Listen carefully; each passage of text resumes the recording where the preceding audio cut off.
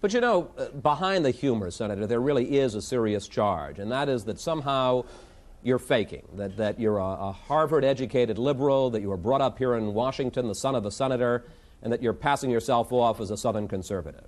Well, you know, the people of Tennessee have had an opportunity to hear those charges in 5 elections, and they've given a pretty resounding verdict to every one of those 5 times. And in the last race, Ronald Reagan got 60% of the vote, and I was one line below him on the ballot and got 61% of the vote. It's no mystery why I spent part of my childhood in Washington. My father was serving the people of Tennessee here.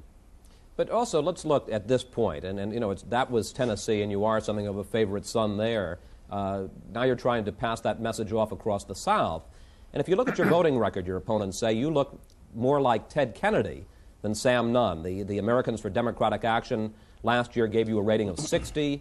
The American Conservative Union gave you a rating of 6. Aren't you a liberal? No, I'm not, and those labels don't mean what they once did.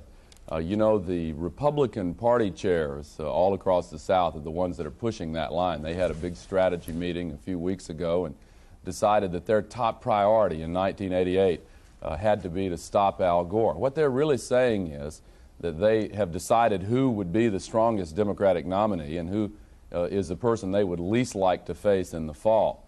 I have had an approach during 12 years in the House and Senate of taking issues one by one and looking at them carefully without regard to some ideological crutch. I've tried to speak for working men and women, for the average voters in this country. I've stood up to some of the largest corporations, some of the largest powerful interests in this country during my career in the Congress, and I've worked for economic growth and social justice and a strong role for America in the world. Thanks for watching our YouTube channel. Follow today's top stories and breaking news by downloading the NBC News app.